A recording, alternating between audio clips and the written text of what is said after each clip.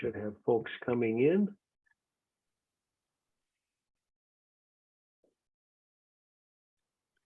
Do we have folks coming in?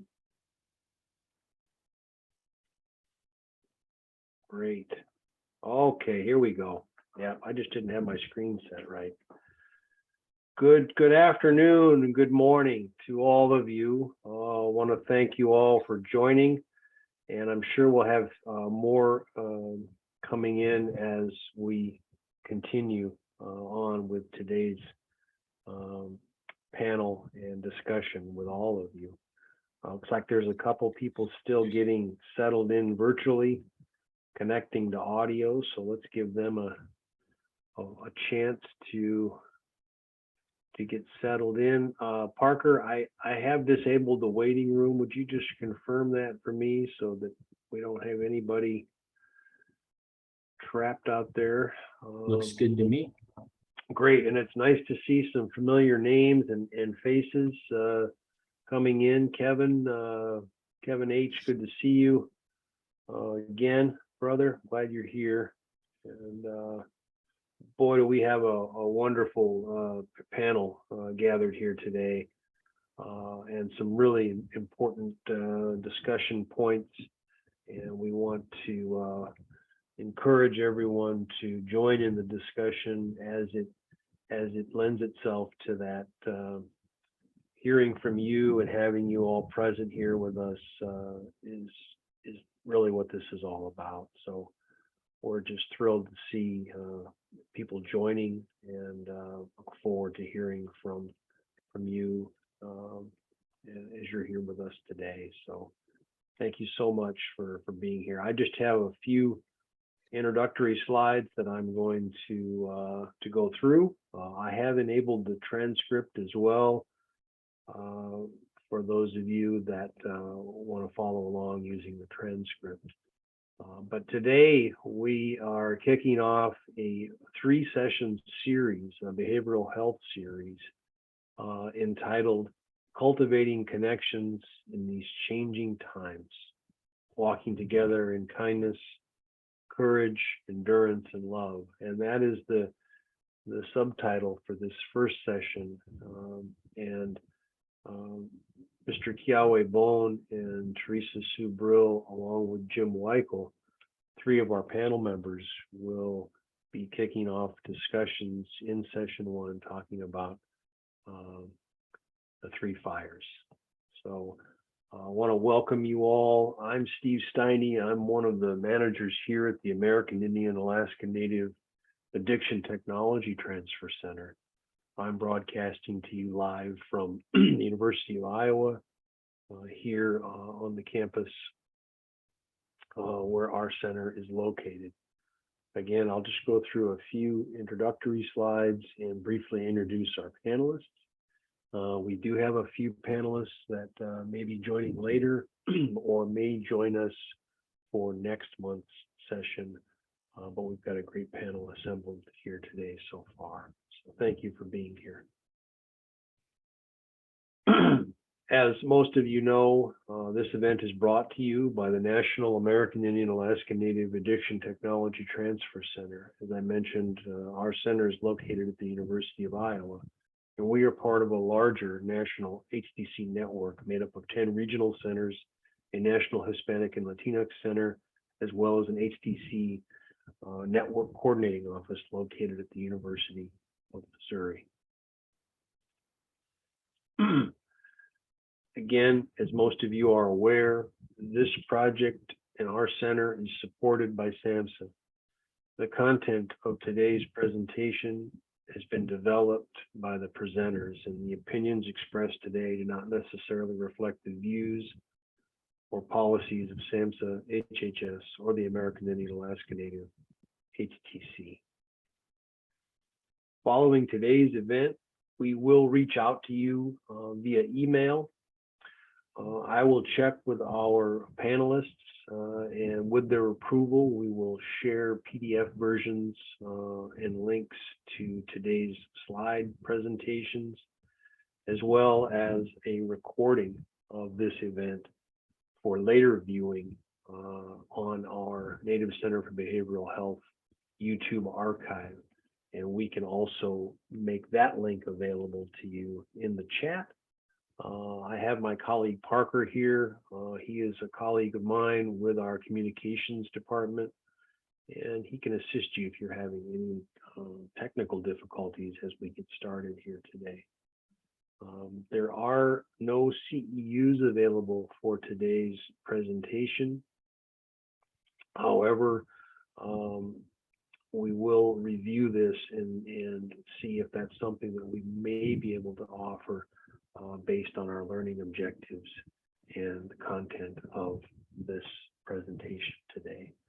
So I'm not going to rule out the possibility that we could offer CEUs, 2 CEUs, DANAC accredited CEUs for today's presentation. You can request those at the time that you receive the follow-up email. Lastly, there will be a link today that I'll post in the chat box. It's a short survey. We would ask and appreciate for your feedback and participation in this. It can't be linked to you personally in any way. And it's certainly not a mandated survey. But if you could take a few minutes to fill that out, we would appreciate it. And we will make that survey available to you as well in the follow-up email. So thank you very much. I know we're gathered here virtually today, but we would like to take a few moments to acknowledge the land and pay respect to the indigenous nations whose homelands were forcibly taken and inhabited. Please take a moment to read this land acknowledgement that was created by 3 members of our team, Ella and Keely Driscoll and Mr. Sean Mayer.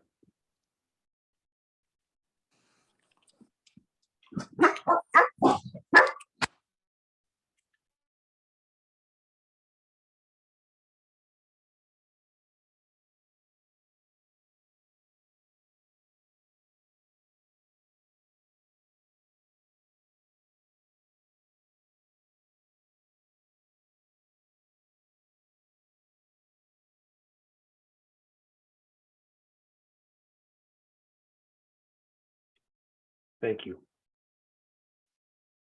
T, how does that look? That looks good, Steve. And now let's see. Oh, wait a minute here. Let me get this back to the right slide. Oh, wait, we're all seeing your banking information. Just kidding. Yeah. I try not to put that up unless somebody really needs it. I'll share if I have to, you know, if anybody, there, that's the slide I wanted. That's the beginning slide. And then your slides, Teresa, are subsequent. So right there.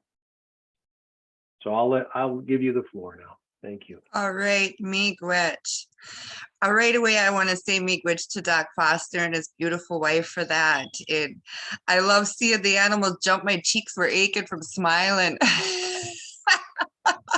It was a good lesson in staying in the moment and connecting with that good song, because I was so distracted by my cheeks were aching from smiling. It was good whenever I sing, even if my voice stinks, which it probably does.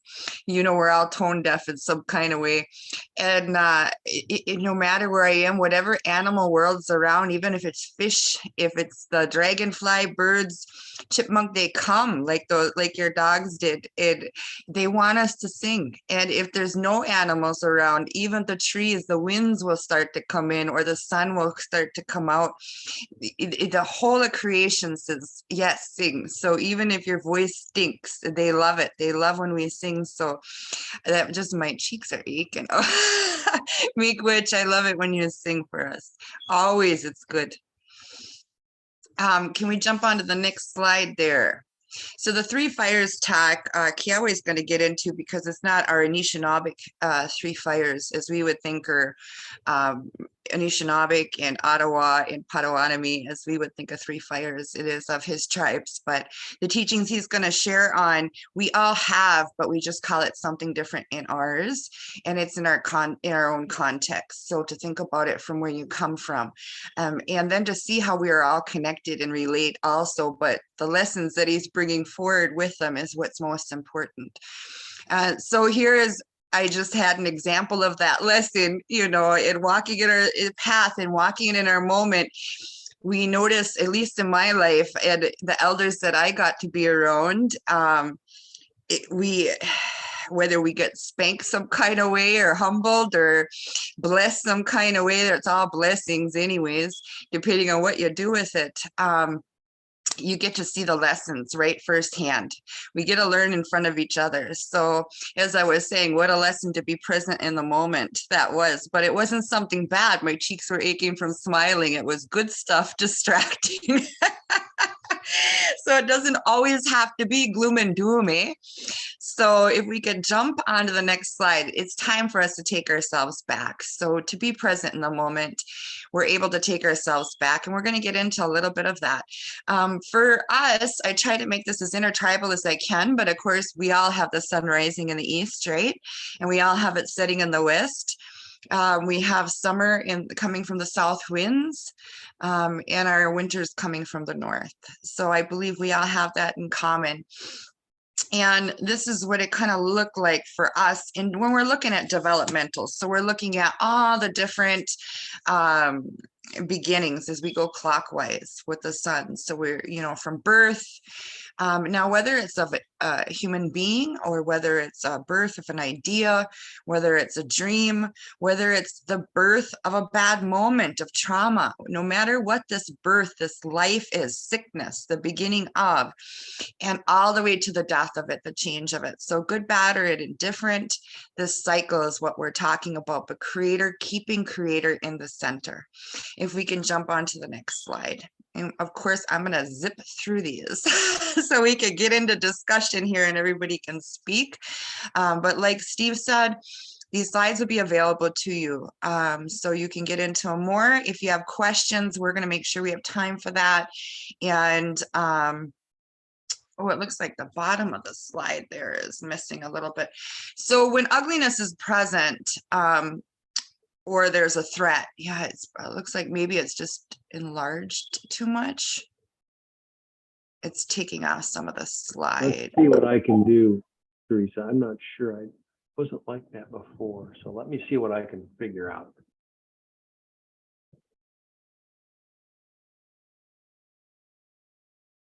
So while he's figuring that out, we'll get into it. So when ugliness is present or there is a threat, so whether it is a trauma you're going through, whether it's systemic racism, whether it's bullying at school, whether it's lateral violence, this is what we tend to look at, the ugliness or the threat. Immediately, we're looking at the situation, right? And so when that happens, we tend to take ourselves at that moment off of creator. We're now looking at the situation. We're not looking within. We're not looking at how would we want to respond. We're not looking at what would our elders have said. How would our old ones have handled this situation? We are looking and connected, attached to that threat. Is that something we want to be attached to or holding on to? So how to, again, take ourselves back, our voice back, our where we come from back, or how we would respond to this back. So at that point, when you're attached to it, what are you attached to? It's something bad, right? So again, you just got taken away from. The old ones would talk about that trickster in the woods that some of our old ones would come across, and how they would trick you into being connected to them, and they would have control over you. So we try to outsmart them by knowing what we needed to stay grounded with, right? And so we could jump on to the next slide. It seems like it's just not going to get smaller, eh, Steve? Yeah, I don't know why it's like that on my screen. It doesn't look like that on the screen that I'm seeing. So I'm not. Well, sure. we'll make the best out of it. We'll jump on to the next slide there then. Talk. So we're just going to call this the dark night. And this is talking about on the inside, and of course I had to pick just a few of what our ways looked like back when. So on the inside, the inner circle of our ways, when you're on the inside of the circle, when you're following your circle ways or teachings, You are with, of course, the creator, which is in the center of all, right? The universal, the teachings. And with on the inside, we were in this way. You know, we had respect for all of life, for ourselves. We had regard for, we had kindness. And it wasn't just for each other. It was for kindness for our situations, for our moments, for our past, for our future. We had kindness for even our enemies. We had simplicity. We lived in this life of simplicity. This is our ways, and we can still be living it even in these times. This brought us peace with all, even with our death. We had peace with things. We learned to develop that peace with, to restore that peace. What came from the outside, from the dark night? So this is why it's on the outside of the circle. The dark night is when colonization came, when they came in and they started, when everything began. These are the mentalities came with them from their oppression, their trauma, when we look at their history and what they brought over with them. And so it's a continuance of a cycle. Do we continue this cycle as well as them? So we looked at spitefulness, we looked at authoritarianism, we looked at rape culture, we looked at toxic or the power of the bads, we looked at selfishness, whether it's the way they took from the land, or they took from each other, or they took from us. We looked at the lies, we looked at demeaning, untrustworthiness, being misguided. How many of these behavioral qualities and traits and characteristic traits do we see within our communities now, within ourselves, within our families, within our leadership, within our departments? So what is seeping in on the inside? Can we go on to the next slide, Steve?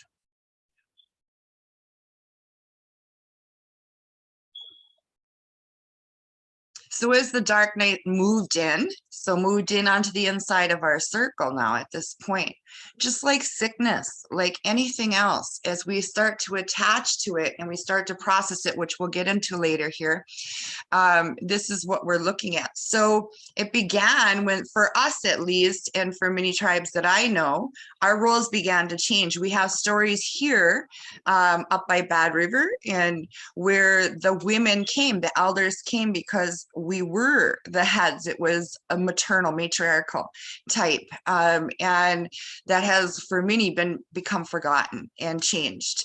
And what happened was the women came to talk to the soldiers, and the soldiers laughed. They scoffed, is what the elders tell. That the soldiers even spit at some of the women and said, "We won't talk to no women." They sent the women back, and they would only talk with other men, but look how they treated their women.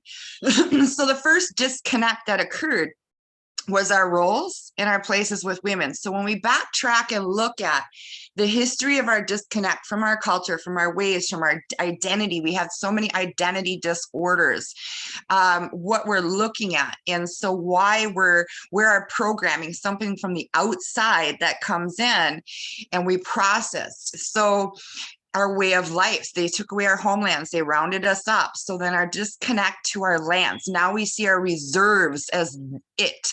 So we don't go off our reserves, we don't go into our what they call ceded territories, we don't reconnect with the land. We only feel safe or feel ghoul once we're home on the reserve, right? But we're even disconnecting from our other communities. There's multiple Anishinaabe communities, and if you're not a member of this tribe, and you're not all the people. I am a part, you are a part, no matter if you go to New Brunswick, you go to Manitoba, you're here in Wisconsin, I am of the people, right? So we disconnected from that. And then the way of life, they started outlawing a lot. So as it goes down into ceremonies and food, and then our healing ways, what did food do in the disconnect from our food and our diets, and how it compounding complex. So you can see how the cycle starts to become like a whirlwind and a life of its own, a spirit of its own. And so again, what happened as we go through, they started taking the children, and then the language, the ways of learning. So as we look at, again, how it began to break apart and what we were connected to, disconnected from, and then now what are we holding on to? So our ways of learning, the elders kept saying, get an education because we will be able to go up against what is coming up against us. We will be able to get our culture back, our way back. But the people have forgotten that second half. They think getting that education and bringing the education in is what is going to change. But then there's others that explain you can't get a healing from an oppressor. So to keep bringing in, and the CDC, as Kiawe has shared with us, recognizes that the Western or clinical approach has been ineffective for Indigenous communities. And the only thing that has been effective is being cultural based. So again, what are we connecting to and why are we connecting to it? To check ourselves in it and where the real power is at, so we can begin to heal, begin to reconnect, begin to find the solutions, to see where our parts are in it. Then our elders were changed because they became elders for those children being taken away, being wounded. So who is our elders now? Like the elders of old that we once had. And our prophecies spoke about that time coming when they would go to the old ones looking for the answers and they wouldn't have them. And then they turned and looked to the youth, and the youth had them because they were born with the old one's spirits. So again, where are our elders now? So all of these disconnects and changes, but innately we go looking for the old ones. We want it to be as it should be. And we can bring that back, but it starts with us. Just like a plant or a tree, it takes time for that growth, but we have to find the ultimate truth. The truths that are within us and our parts in it is the only place we have power in it. If we can jump to the next slide, Steve. So as spirit moves, what matters? So we talk about matter. Matter becomes a physical thing. We trip over principles because it matters. What she or he did, injustice matters. These things matter. But when you think about it manifesting, or how it translates as it moves through your body, the chemistry of it happening through our systems, you can feel it. You can feel it going through your gut. You can feel your nerves. You can feel yourself start to shake and tremble. It starts to come up into your mind.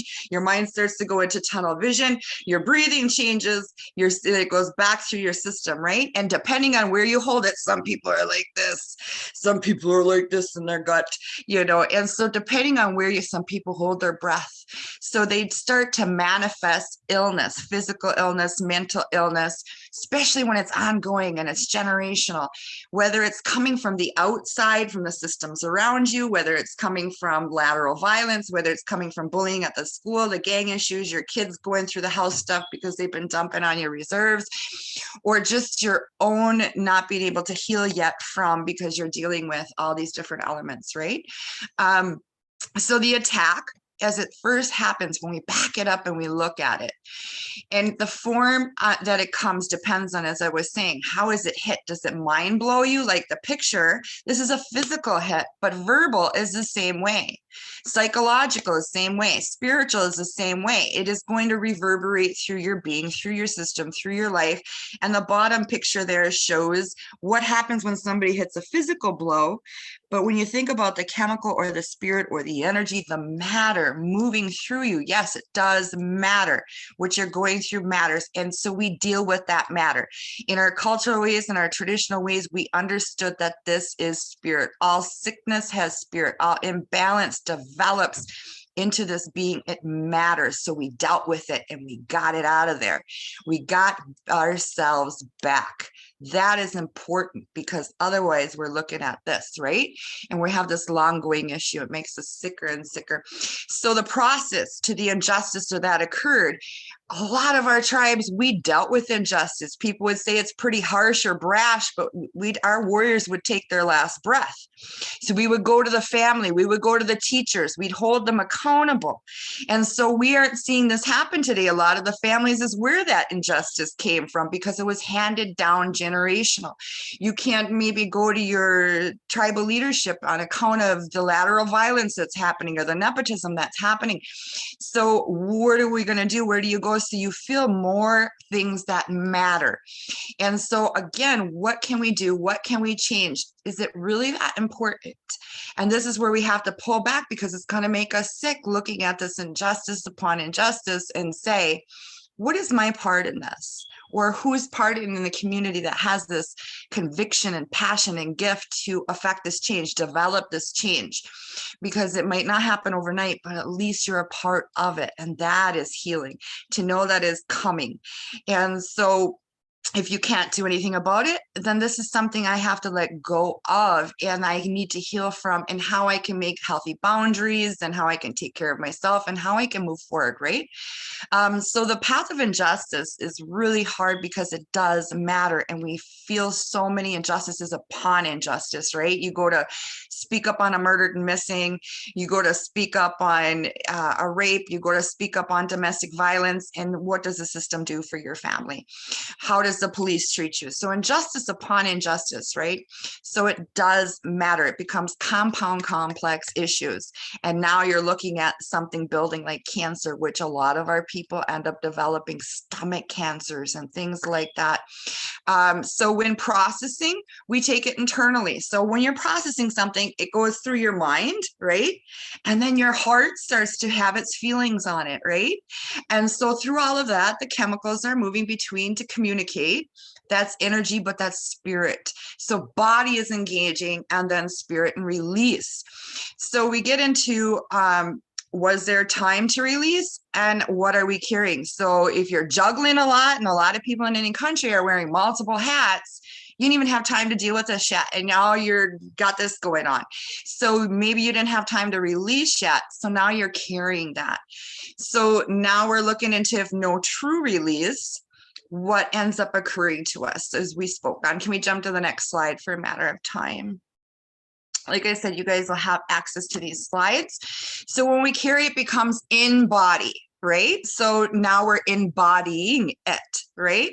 So what are you embodying? What's coming within that circle, like those other images? What's coming within you? That bad thing that happened, that person's toxicity, that person's, who is it now? It's theirs, that, not yours. And you're carrying it in your body. You are embodying it. So this is the point where our old ones would talk about being what some people call possessed, or spirit coming within, something bad in there. We got to get that darkness out. We got to get that sickness out. And so the attacks start to take you down. Is your mind going off in thought? It just attacked your mind. That bad spirit being is how we would see it, where that person and their energy is now taking your thoughts off somewhere else. So are you able to truly be full of your mind? So mindful. Are you able to be mindful in situations? And so it starts to consume your thoughts. You're off thinking about the injustice. You're off thinking about what I need to do. You're off thinking about all these different things, and you're off in how many different places. So when your heart is, your mind starts to talk, your heart starts to talk, your heart, it becomes of emotion. Emotion is great. It's trying to tell your mind that, hey, this is uncomfortable for XYZ reason. Is it sad? Is it infuriating? Is it what? Right? And so now you are moving in motion. You're moving forward in this emotion. And so you're being too emotional, too human, as my dad would call it. So we are of a spiritual people. We're spirit beings. And now you're being too human. We are supposed to be human beings in these times for the purpose of this beautiful growth, back to spirit, back to connection. So what are we looking at when we're moving too far in motion, in emotions? So how to restore that? Go, okay, this is getting too much. So this maybe is important, or isn't it? Now we assess it, right? So we look at and evaluate that again. How and why is it important to us? Taking ourselves back again. And this is just scratching the surface at all this, mind you. So anything you guys would like to get in depth about, holler. Now the attack has reached our heart. So our heart becomes what? We start to get bitter if we hear ourselves. So many people in Indian country today, I'm going to do right by this because screw them. I'm going to take my culture back because screw them. How bitter is that? Is that a beautiful heart? Is that our beautiful culture? Is that really being with spirit when we're having this screw them attitude? You're still attached to them and that negativity in that context, right? So to let that go and really take it back, you wouldn't even care about all that, right? So now our heart is now disconnected, right? Our heart is tainted, full of that whatness at that point. I'm going to show them up to whatever, show them I'm smart or show them I'm, and they get on like that. Our mind is taken off. Our heart is moving away from the being that we were created to be at that point. We're doing what? We're still moving in that trauma. We're still moving in that situation that isn't us, as if this didn't happen. We want to take it away what they did, right? We wish it never happened, whatever it is, and we want to get back to it. And we have to leave it go. And we smarten up for it. We take the lessons with us. Oh, yeah. But then we move forward, right? So we can jump onto the next slide, Steve. So spirit becoming embodied by this goes on. Our body aligns with our mind and our heart, and our spirit enters at this point. Once all together, mind, body, spirit, emotion, all of that is in there. Spirit is now moving. Spirit is connecting. You're in what spirit world or what path or what light at that time? Is some people see light on people's spirits. Some people feel the energy of them. Some people can feel the emotion off of their spirit. They can feel them from another country. They can feel them from the spirit world. So what is that spirit carrying at that point? How is it looking? And what other spirit then in that kind of level or energy or weight? Because if you're free, if your spirit is free of all this weight of emotion, all this ugliness, your spirit's really light, if you ever noticed. And when you're weighed down, you're like this, right? You see your spirit gets heavy, feels like the world is like the air is heavy in your space, things like that. So what is in that realm? What is in that area, in that world? So what spirits are coming around? Spirit attachment or energy, as people call it. So how are we moving? But then how is your health moving? How is your central nervous system moving? When you look at it, so all of this is connected. We in our teachings, we look at all of that that's connected. So how are you processing the food? How are you digesting? What are you feeding it? What choices are you making next? And again, the cycle that becomes. So how is your spirit almost like a Wendigo? Where is it going here? So your spirit walk and the tracks you are leaving. The elders always talked about this. Oh my goodness. So this is what we were just talking about. You are leaving spirit tracks. But this is also in our life, our behavior and our engagement with each other. But those tracks, who's tracking us? So what are we attracting? What are we bringing in? Why do we have to smudge so much? What's going on? We shouldn't need this much. So this is something we need to be aware of. And do we want to leave tracks like that? A lot of us notice on reserves, you could be blind. You could be, seriously, a blind person. Drive them through areas of reserves and they'll be like, oh, it don't feel good over here. Where are we at? You can feel the dysfunction, spirit tracks that they're leaving behind. We're accountable for that, because then what are we drawing into our community as well? So we need to clean up our space. We need to clean up ourselves in the traumas that happen to us. And this is not victim blaming. This is something that's awesome that we have power over. We can take it back. And that's something spirit that doesn't have the human experience, doesn't have the ability to do, that they're jealous of why it plays upon us. So we could go on to the next slide. Talk, Steve. So what we possess possesses us, right? It becomes us. We were so much about not having attachments, not being materialistic, but our people have become, so many of them, very at surface, very black and white, because we aren't present in the moment. So it has to be just this. It has to be very simplified, but not in the simple ways. Again, it is the opposite of. So attachments are also emotional attachments to our sickness, attachments to our traumas, attachments to our past, and saying, I've been through this, I am that, are you a survivor or are you what? If this never happened to you, that's you. That's the beautiful, amazing you that you were meant to be, And so is that you? Yes, you're strong. Yes, you survived it. Yes, you came out of it. And that's some good stuff. But imagine if none of that happened to you. Imagine that good stuff. Now quit imagining it and let's be it, you know. And so not to be attached to these things, because as long as I'm attached to it, I'm still attached to that person, that moment. No way. No way. And this I have power over. This I can change. This I can control. This I can take back. But did I work through the healing? Did I process it? Yes. And then I move forward, right? So when we're in a place, a time, and we're reacting to what isn't, then if we're still off over here, still attached over here, are you right here? And are you processing from what's over here that happened back there and worried about what's right here? Are you really utilizing the lessons from it, or are we just reacting? And then we're missing what's in front of us, and we're only getting what's some call the elders nuggets of truth, and they call that the trickster or the devil teachings. They'll give you a nugget of truth, and you're tricked because you bought the nugget, but you also bought what comes with it, all those falsehoods.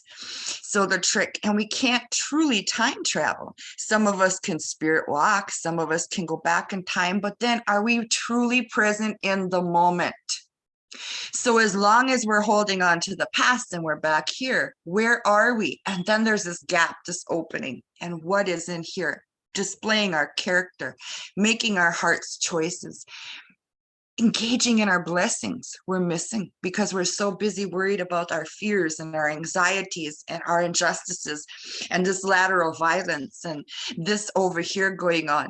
So where are we here? And how do we find that balance in between? Because all these things are going on. So how do we take care of ourselves and move forward through it? So can we jump onto the next slide? We're almost through my few slides here. So what then has seeped inside of us? When we look and think about all these things that came into our communities, came in through over time, and the different character traits, and that we have taken on through generational traumas and generational dysfunctions, where do we see any of that? When we look at that original slide of the lies, the deceit, ego, all of those different things, how much of that do you see in your leadership, whether it's in your tribal leadership, your departmental leaderships, your medicine lodge leaderships, things like that? How much do you see that? Even in the gangs, how much do you see it in those gangs? Do you see that brother? Do you see that sister acting like? How about in your community? How much do you see that in your community and your family? Do you see any of that in your family? I know I do. Do you see it in yourself? So what we can start taking out of us and bringing back to ourselves, where the power is, what was really us and what is still us, because we're prophesized to be. So we can still be. And then what have you embodied by it? So it would have you literally, as I was saying, taken in. Are you portraying? Are you behaving like or thinking in ways of?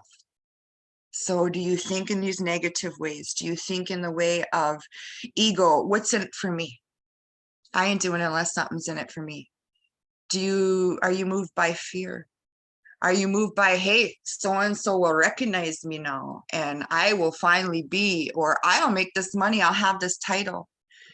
So is this our ways to be that way? It's not ours as Anishinaabeg in our stories. So which way would it be? And how can we take ourselves back? Is that the person we want to be or would be proud of? So how we can now start to change these things. This is taking away what trauma has done to us and not even realizing it. It's just become so normal. We don't know different from many of us. Can we jump on to the next slide?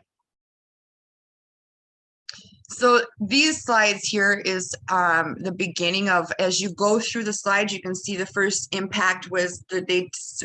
We're going to talk to the women, right?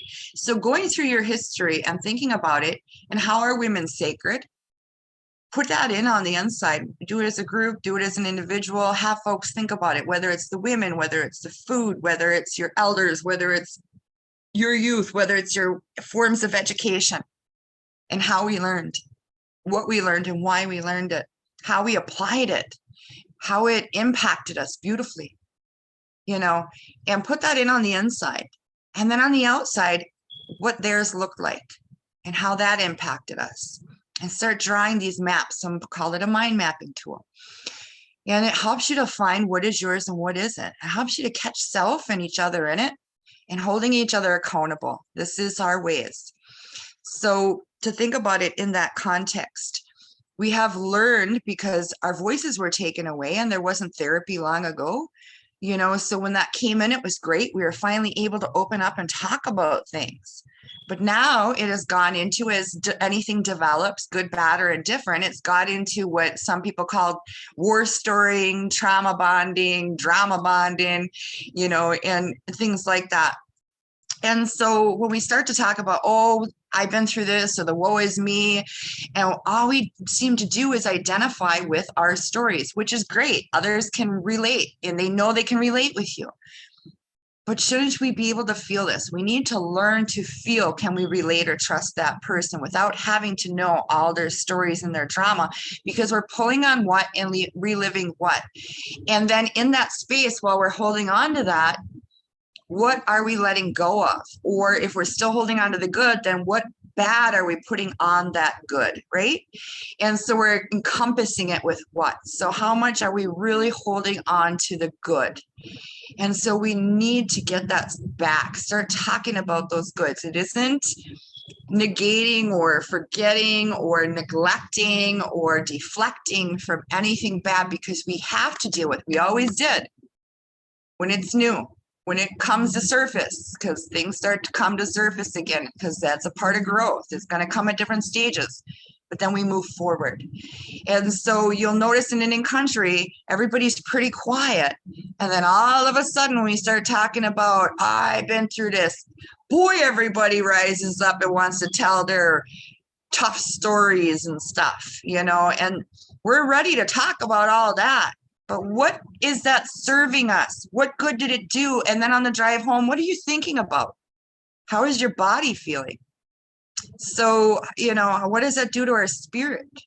But what happens if you try walking in the ways of the old ones and handling these things in their ways, and see where your thoughts go, how your body feels, how rested you are the next day, how your spirit is moving differently, how the air is different. The challenges are still going to keep coming from the outside, but are we going to lose our insides? Are we going to lose us? So we get to make a choice in these times, part of seventh generation, the past splitting time. That's where we're at. And we get to make this choice. That's us. We get to do this. So what are we going to choose? You know, it comes down to that. And we've identified ourselves so much with our recovery and our addiction. At what point is it still going to keep taking away from us? You know where AA is. You know where your sponsor is if you need them. But is your addiction still controlling your life? You're just now sober. At what point did you take your life back and start living it? You know, and so that's what our old ones would have done. Okay. And so it isn't taking these resources away. They're great and they're needed and they helped and they saved lives. You know where they're at. We have to start engaging in our life, because that time that you're spending off there, if you still need it, then we got to look at why you need it. And we got to deal with that, because we got to get back into our lives, right? And we got to get back into our culture, because the path is splitting time. So now we're the ones to make these choices. And that's a part of what they brought in, the selfishness. And when we identified for so long with our addiction, we identified ourselves as our trauma. We identified ourselves as, it is so hard to know who are we and how to identify ourselves with. Are you a mom? Are you a dad? Are you a teacher? Your career isn't you. Your being a parent isn't you. Your goofy gooberness is you. Your dork, your laugh. What makes you laugh? What makes your spirit come to life? All of that is you. So this is your life, and this is what plants a seed for our next generations. So that's my spiel. I'm excited for everybody else to speak, so I'm going to be quiet now. We could jump on, I think, Yahweh's slides here, unless he wants anybody to talk real quick.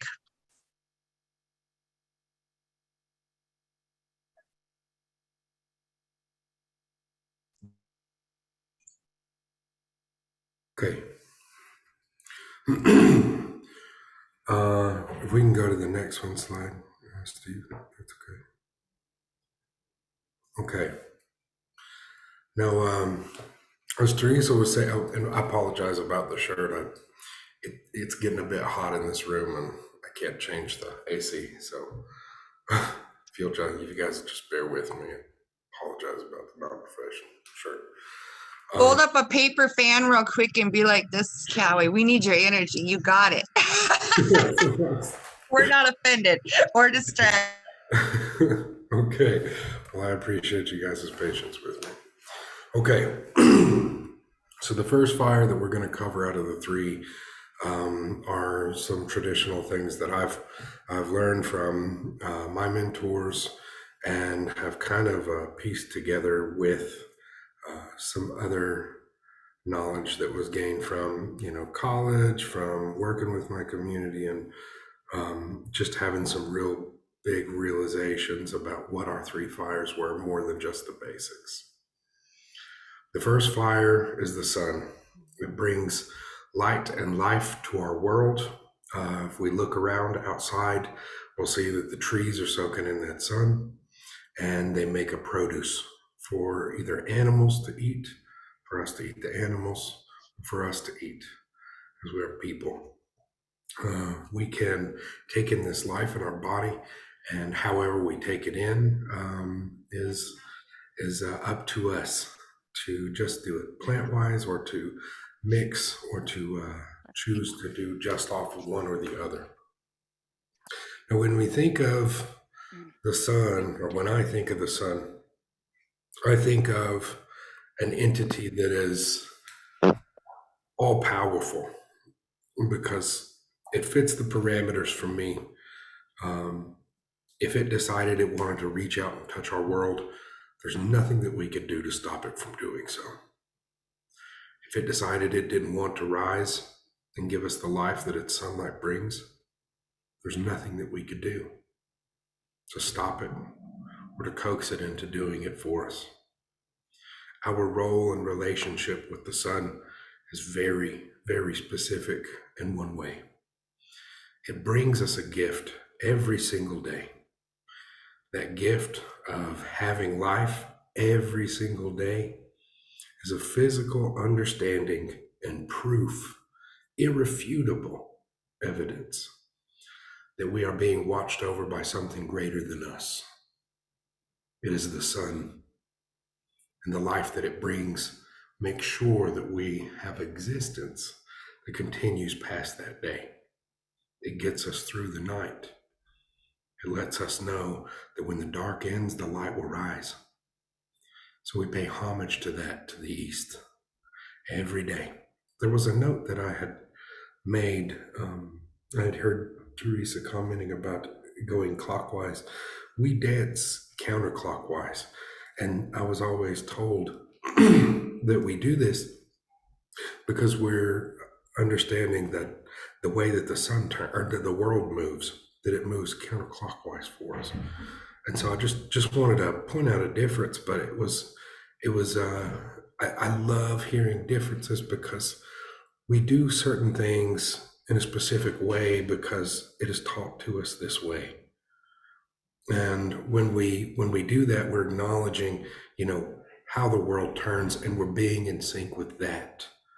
But if we're acknowledging the sun, it put my mind frame in a different perspective. So thank you for that, Teresa. That was beautiful. But I like thinking of the sun as an entity that has an understanding. It doesn't reach out and touch us every day. It doesn't not do its job and not rise. And when it does, sometimes that heat is overbearing for us. But what can we do? We can modify our environment to fit what it has, its needs for us in our world. And I know that we can take a moment to acknowledge the sun or not.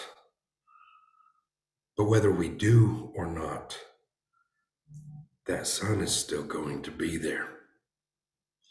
And that sun is still going to bring life or death, whatever it chooses. So in a way of understanding our gravitas in this world relative to an understanding of the celestial body that provides us all the needs that we have, Of course, barring, the production of water molecules and the other toxic things that we breathe in our air, because we don't breathe, pure oxygen. I think we might all have a really fun and exciting life if we did, but we breathe all of these things in. Everything in this world is created in this world, other than meteors that are coming in and, influencing us in some kind of way. What has existed within our realm of understanding, or the center, or the nucleus, the earth that we live on, everything that is within this sphere are things that are gifts to us that we can appreciate or we cannot. And if you'll go to the next slide for me, Steve. The second fire. This is that process that I was talking to you about. This fire was given to us by the Son, or by way of the Son, in our story for us, in our creation story. That fire that was given to us, it cleans our water, it cleans our environment, i.e., if there is an animal that was going to, harm us, if we have fire, our chances of survival are much greater than if we do not. It purifies our food. By cooking the water or the food, it allows us to have clean drinking water or clean food most of the time. And when our environment is inhospitably cold, it allows us to have a permeable warmth to be able to survive in those conditions. This is a great gift. So the fire that was given to us in this is an actual physical fire I'm talking about. We had 7 sacred woods that were tended all the time by a team of men, and it would be kept in our council house fire, or a council house, in only specific townships.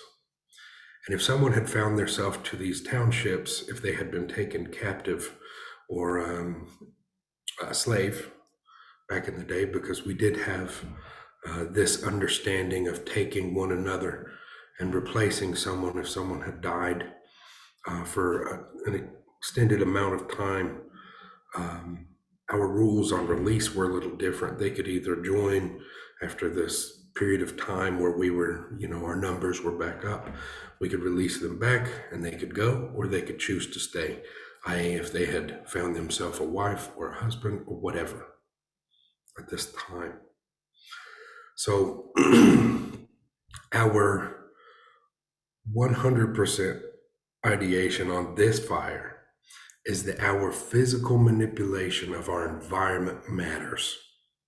Everything that we do matters physically.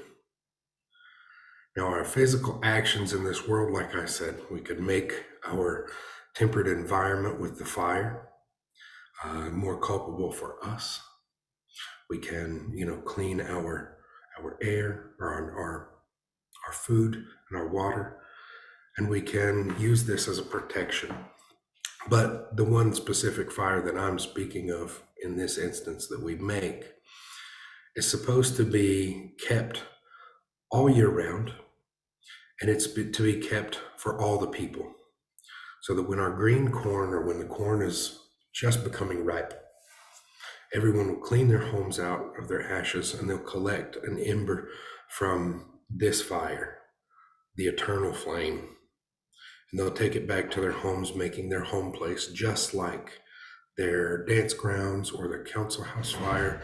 So as you would act, if you like the sentiment of church, how you would act or feel like you would act in church,